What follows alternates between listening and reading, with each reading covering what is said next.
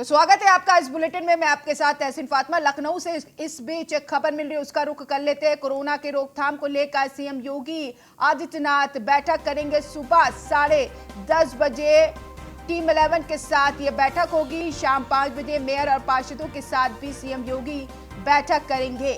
मंत्रिमंडल सदस्यों के साथ सीएम योगी बैठक करेंगे। कोरोना के रोकथाम को लेकर मंत्रियों से चर्चा करेंगे सीएम योगी आदित्यनाथ। तो कोरोना के रोकथाम को लेकर सीएम योगी आदित्यनाथ बैठक करेंगे टीम 11 के साथ। सुबह करीब 10:30 बजे ये बैठक होगी। शाम 5 बजे भी बैठक है। ये बैठक मेयर और पार्षदों के साथ होगी। मंत्रिमंडल सदस्यों के साथ सीएम योगी बैठक करेंगे। कोरोना के रोकथाम को लेकर मंत्रियों से चर्चा करेंगे सीएम योगी आदित्यनाथ।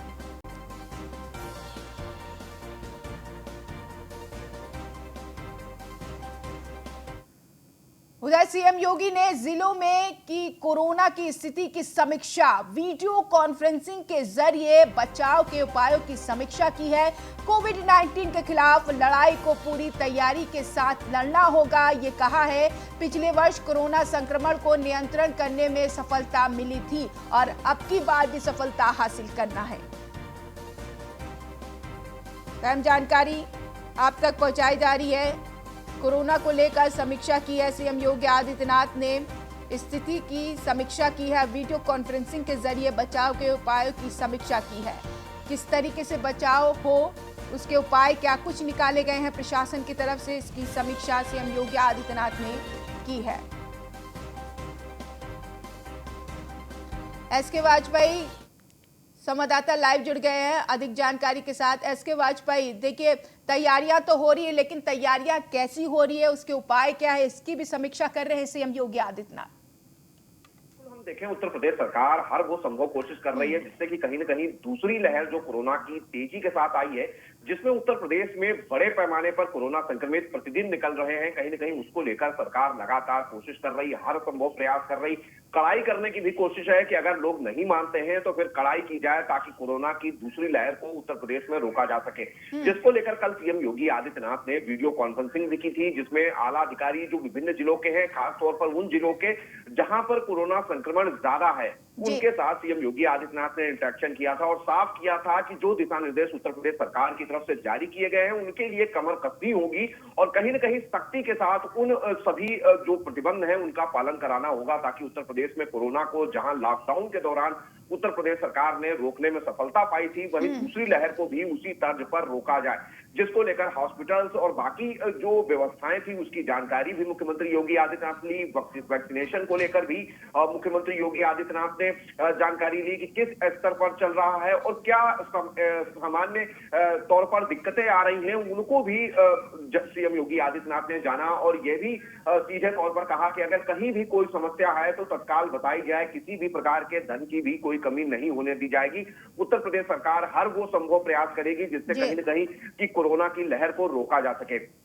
जहां तक कल सीएम योगी आदित्यनाथ ने जहां कल सर्वदलीय बैठक की थी, आज सीएम योगी आदित्यनाथ मंत्रिपरिषद की बैठक भी करने वाले हैं। उसके पहले 2 महत्वपूर्ण बैठकें करेंगे, जहां सुबह 10:30 बजे टीम 11 के साथ सीएम योगी आदित्यनाथ की बैठक होगी, जिसमें कहीं न कहीं जो सर्वदलीय बैठक के दौरान जो सुझाव निकल कर आए थे, जो चीजें चर्चा पर निकल कर आई थी, उनको लेकर सीएम योगी आदित्यनाथ टीम 11 के अफसरों के साथ चर्चा करेंगे। उसके बाद शाम 5 बजे सीएम योगी आदित्यनाथ प्रदेश भर के 17 नगर निगमों के जो मेयर हैं, जो पार्षद हैं, उनके साथ वर्चुअली संवाद करेंगे, जिसका उद्देश्य यही होगा कि किस तरीके से उनके जिलों में कोरोना की स्थिति है, वो क्या उपाय कर रहे हैं, वैक्सीनेशन की स्थिति क्या है, अगर उनके यहाँ की कोई समस्याएं हैं तो उनको कैसे दूर किया जाए, उनके खुद के अपने सुझाव क्या हैं। ये ज्यादा महत्वपूर्ण इसलिए भी होगा क्योंकि ये 17 के 17 नगर निगम है और इन सभी नगर निगमों में ही ज्यादातर कोरोना के केस निकलकर सामने आ रहे हैं, क्योंकि ये महानगर है और महानगरों में ही सबसे ज्यादा कोरोना का प्रकोप है।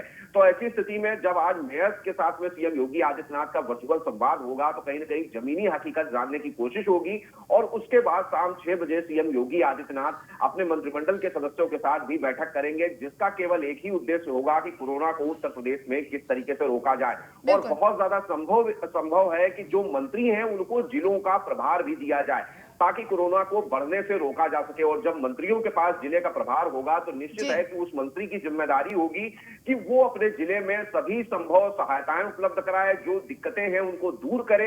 अगर कोई सख्त कदम उठाना है तो वो भी अपने प्रभार के जिले में उठाए, जिसको लेकर आज मुख्यमंत्री योगी आदित्यनाथ अपने मंत्रियों के साथ बैठक करने वाले हैं।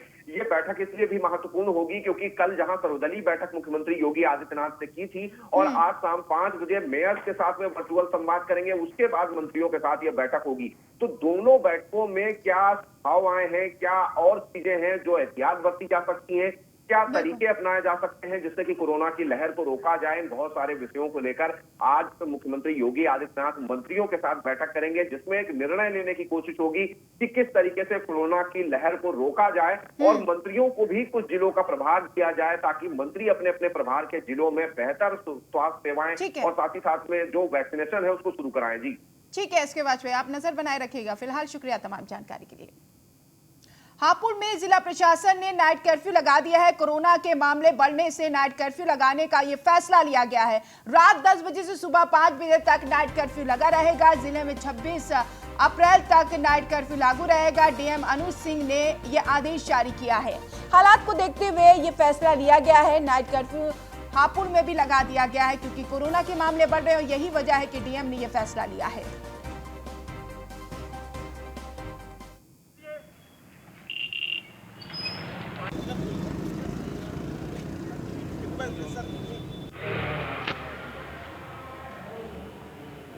एजेंसी है किसी की तो वो लॉकडाउन में भी नहीं रुका था। लोग अधिकारी हापुड़ महोदय द्वारा जनपद में कोविड-19 के बढ़ते संक्रमण के चलते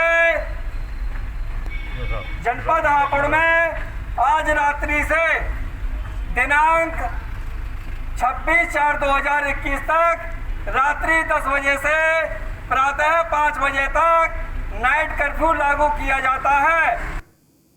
हापुड़ में कोरोना संक्रमण के बढ़ते हुए को देखते हुए ये नाइट कर्फ्यू रात को 10 बजे से सुबह 5 बजे तक लगाया गया है। केवल आवश्यक सेवाएं जैसे अस्पताल और मेडिकल स्टोर खुले रहेंगे, बाकी सभी गतिविधियां बंद रहेंगी। आज जागरूक किया जा रहा है लोगों को, कल से क्या सख्ती बरती जाएगी? आज लोगों को बताया जा रहा है, वैसे लोगों का कॉपरेशन अच्छा मिला है, सभी लोग स्वतः ही बंद कर रहे हैं। कुछ एक दो जो खुले रखी गई थी उनको समझा दिया गया है कि कल से वो आचार पालन करेंगे। 10 बजे के बाद सभी जो है बंद करेंगे। जो दुकानें खुली पाई जाती हैं उनके खिलाफ क्या कार्रवाई की जाएगी? उनके खिलाफ धारा 144 के उल्लंघन में FIR कराई जाएगी, धारा 188 के तहत, और जुर्माना भी लगाया। तो कोरोना के बढ़ते मामले को देखते हुए नाइट कर्फ्यू हापुड़ में भी लगा दिया गया है। बाकायदा एसपी सड़क पर उतरे और लोगों से अपील की। नाइट कर्फ्यू लगा दिया गया है। कोरोना के बढ़ते संक्रमण को देखते हुए तो आपको तमाम नियमों का पालन करना होगा। अगर कोई नियम का पालन नहीं करेगा उसके विरुद्ध कार्रवाई की जाएगी। कोविड-19 के बढ़ते संक्रमण के चलते जनपद हापुड़ में आज रात्रि से दिनांक 26/4/2021 तक रात्रि 10 बजे से प्रातः 5 बजे तक नाइट कर्फ्यू लागू किया जाता है। तो ये नाइट कर्फ्यू 26 अप्रैल तक लागू रहेगा और सभी को इस नाइट कर्फ्यू का पालन करना होगा और बाहर नहीं निकलना है। जिसके पास ई-पास होगा वही बाहर निकल सकता है। और सख्ती इसलिए लगा दी गई है, बढ़ा दी गई है क्योंकि कोरोना का खतरा बढ़ रहा है और यही वजह है कि नाइट कर्फ्यू लगाया गया है। और बाकायदा पुलिस प्रशासन का जत्था सड़क पर उतरा और लोगों से अपील की गई। गाड़ियों से भी लोगों से अपील की गई। पुलिस वैन भी चारों तरफ ले गई पुलिस और वहां पर अपील की गई लोगों से कि अब नाइट कर्फ्यू लगा दिया गया है 26 अप्रैल तक, तो सभी को इसका पालन करना है। रात 10 बजे से सुबह 5 बजे तक नाइट कर्फ्यू लागू रहेगा और इस नाइट कर्फ्यू में किसी को भी निकलने की इजाज़त नहीं है।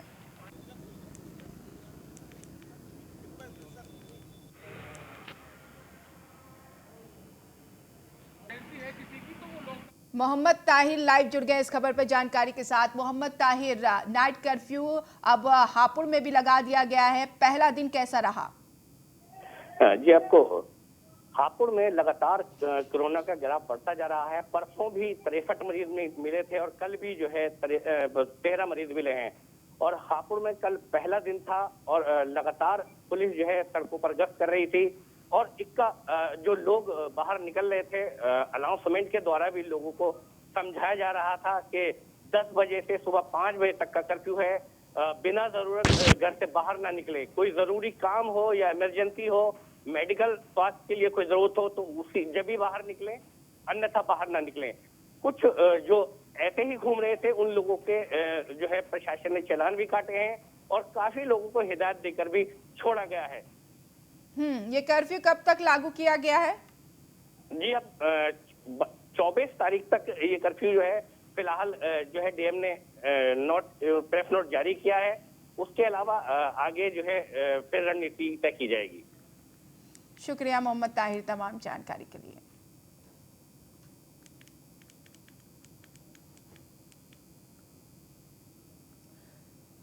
इस बीच रायबरेली से खबर मिल रही है, रायबरेली में भी नाइट कर्फ्यू लगा दिया गया है। रात 9 बजे से सुबह 6 बजे तक नाइट कर्फ्यू लागू रहेगा। कोरोना मरीजों की संख्या बढ़ने के बाद प्रशासन ने यह फैसला लिया है। डीएमएसपी ने कई इलाकों में निकलकर मार्च भी निकाला और लोगों से अपील की कि नाइट कर्फ्यू लगा हुआ है, बाहर ना निकलें, कोरोना के नियमों का पालन करें।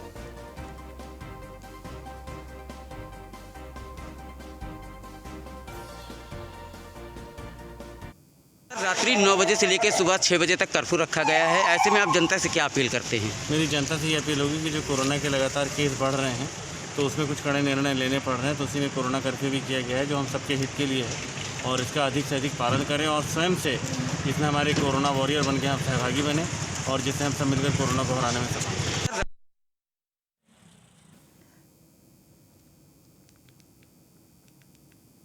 रोहित मिश्रा लाइव जुड़ गए इस खबर पर तमाम जानकारी के साथ। रोहित मिश्रा, कैसा रहा रायबरेली का पहला दिन नाइट कर्फ्यू का?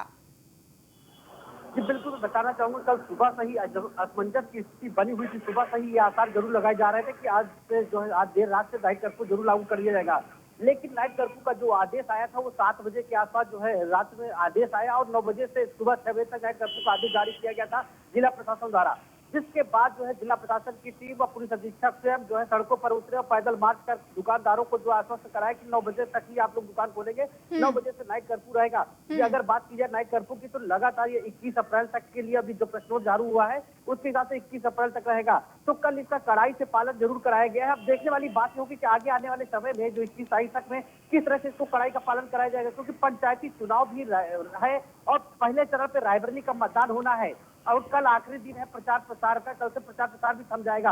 तो आज और कल अभी 2 दिन जिला प्रशासन में काफी जो है गंभीर दिन रहेंगे किस तरह से, क्योंकि जो प्रत्याशी है वो रात में ही प्रचार प्रसार ज्यादा करते हैं, उनको कैसे काबू में किया जाता है, उनके प्रचार प्रसार को कैसे रोका जाता है, ये जिला प्रशासन के लिए जरूर टेढ़ी खीर साबित होगा।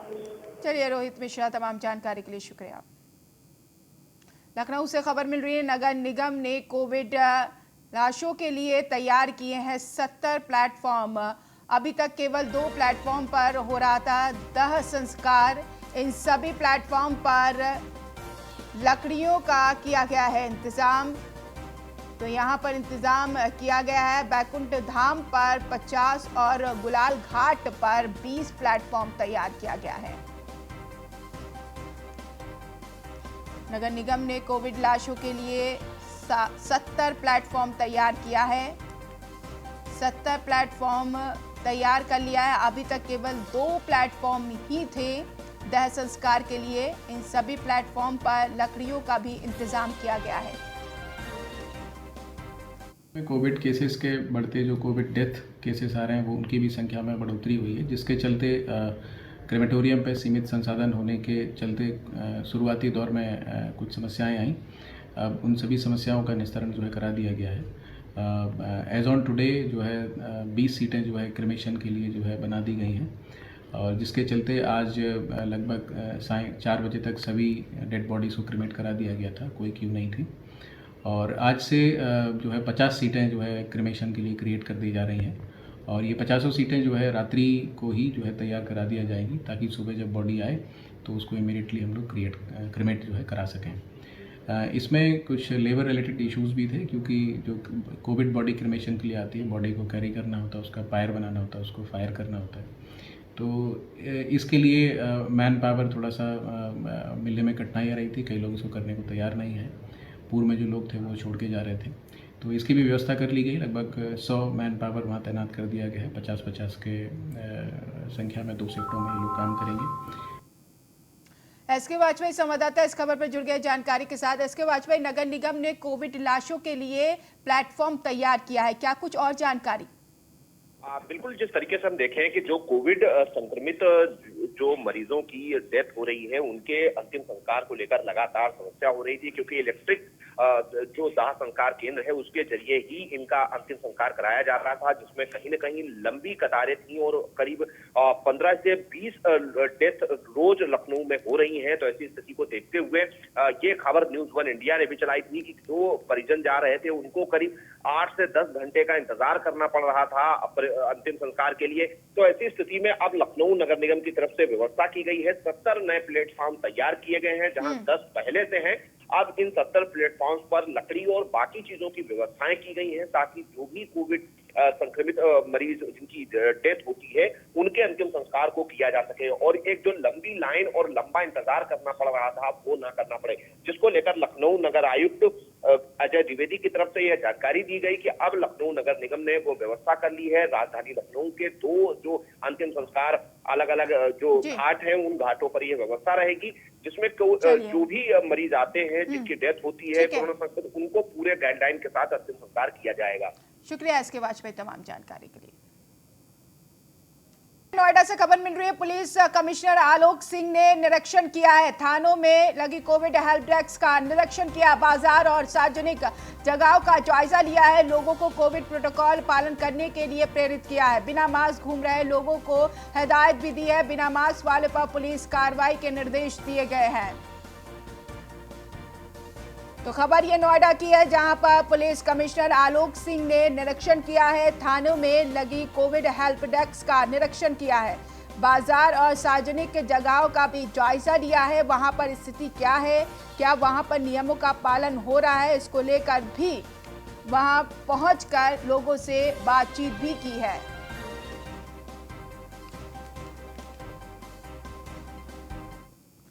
अगली खबर बलिया से, खेत में नरकंकाल मिलने से सनसनी फैल गई। भीमपुरा बाजार के पास खेत में नरकंकाल मिला। गेहूं की कटाई के दौरान मजदूरों ने नरकंकाल को देखा। नरकंकाल मिलने के बाद मौके पर पुलिस पहुंची। पुलिस ने कंकाल को कब्जे में ले लिया है। पुलिस ने कंकाल को पोस्टमार्टम के लिए भेज दिया है। पुलिस ने कंकाल को पोस्टमार्टम भेज दिया है। नरकंकाल मिलने से सनसनी फैल गई है। खबर ये बलिया से खेत में नरकंकाल मिला, जिसके बाद लोगों ने इसकी सूचना पुलिस को दी। पुलिस ने तुरंत पहुंचकर नरकंकाल को कब्जे में ले लिया और पोस्टमार्टम के लिए भेज दिया। मौके पर पुलिस पहुंची, कंकाल को अपने कब्जे में ले लिया। आखिर ये नरकंकाल किसका है, इसकी जांच पड़ताल पुलिस कर रही है। कितने दिनों से यहां पर शव फेंका हुआ है जो नरकंकाल में तब्दील हो गया। मौके पर पुलिस पहुंची, कंकाल को कब्जे में लिया और पोस्टमार्टम के लिए भेज दिया। लेकिन इस घटना के बाद इलाके में सनसनी सी फैल गई। खेत में नरकंकाल मिलने से फैली सनसनी। भीमपुरा बाजार के पास खेत में नरकंकाल मिला है। गेहूं की कटाई के दौरान मजदूरों ने नरकंकाल देखा, उसके बाद पुलिस को सूचना दी। मौके पर पहुंची पुलिस ने कंकाल को कब्जे में लिया। पुलिस ने कंकाल को पोस्टमार्टम के लिए भेज दिया और आगे की जांच में जुट गई है। ये कंकाल किसका है, आखिर कब से ये लाश यहां पर पड़ी हुई है, इसकी जांच पड़ताल में पुलिस जुट गई है। मनोज संवाददाता इस खबर पर जानकारी के साथ जुड़ गए हैं। मनोज, पूरा मामला। जी, आपको बताते चले कि भीमपुरा थाना क्षेत्र के भीमपुरा बाजार के उत्तर साइड में गेहूं के खेत में कल एक नरकंकाल मिला था, जो देखने से ये प्रतीत हो रहा था कि बहुत दिनों से पड़ा है, लेकिन इसे जब लेबर खेत की कटाई करने पहुंचे तो उन्होंने ही देखा था। कंकाल देख के लेबर वहां से भगदड़ की स्थिति में हो गए। पुलिस को सूचना दी और पुलिस भी मौके पर पहुंची, लेकिन अंत तक क्या नहीं पता चल सका कि यह कंकाल किसका है और कितने दिनों से इस गेहूं के खेत में पड़ा है। सबसे सोचने विषय यह है ये कंकाल कहाँ पर पड़ा हुआ था जो अब तक किसी को दिखाई नहीं दिया, किसी को भनक तक नहीं लगी? जी, यही सोचने विषय है कि मुख्य बाजार से मात्र 150-200 मीटर की दूरी पर गेहूं के खेत में कंकाल का पाया जाना कितना संदेहास्पद है कि पुलिस कितनी चुस्त दुरुस्त है और पुलिस की मौजूदगी पे वह कंकाल के समाप्त होने जा रहा है, किसी को पता तक नहीं था। चलिए, शुक्रिया तमाम जानकारी के लिए।